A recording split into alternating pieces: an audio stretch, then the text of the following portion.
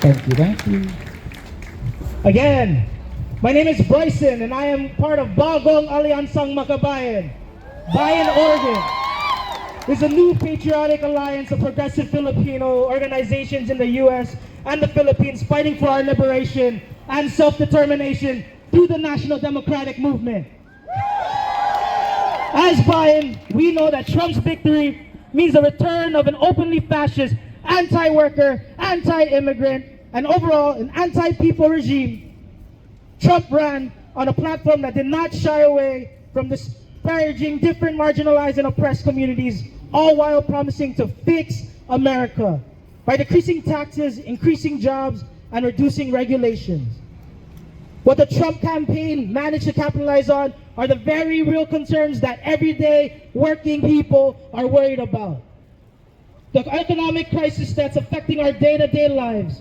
Meanwhile, the Trump regime washed themselves of the role they played in orchestrating the mass suffering of the people during the reign from 2016 to 2020.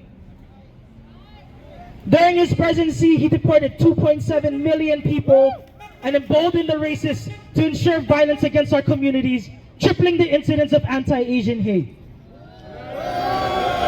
During his last presidency, he did not pass the 2017 Tax Cuts and Jobs Act, but did not primarily benefit the middle and working class. In fact, this act primarily benefited the wealthy with the tax cuts from the top 1%, set to increase our federal deficit to $1.9 trillion. They took money from the working class and shifted benefits to the top 1%. This is textbook fascism. The close relationship between the state and powerful corporations while emboldening its base against us. We are deeply concerned about this reality. We've seen and experienced many times over the relentless rule of US-backed fascists in our own country. Fascist Marcos Jr. from the Philippines congratulated Trump, recommitting his puppet support for whatever US president is at the helm.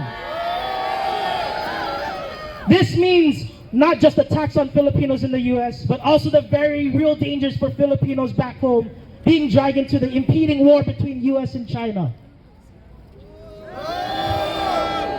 As Bayan, we are committed to turning our realizations about these issues and our concerns into organized action. There's a place for all of us in this fight for welfare and not warfare, for people's rights, not repression.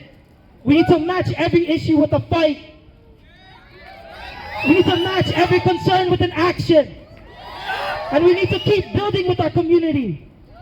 We take inspiration from Filipinos who's resisted US imperialism for over a century. The struggle for national democracy in the Philippines comes with it a vibrant mass movement that is also rooted in genuine fight for liberation. Let us build this mass movement together in Portland. Imperialismo! Ibagsak! Let us continue to organize for issues that matter the most to everyday people.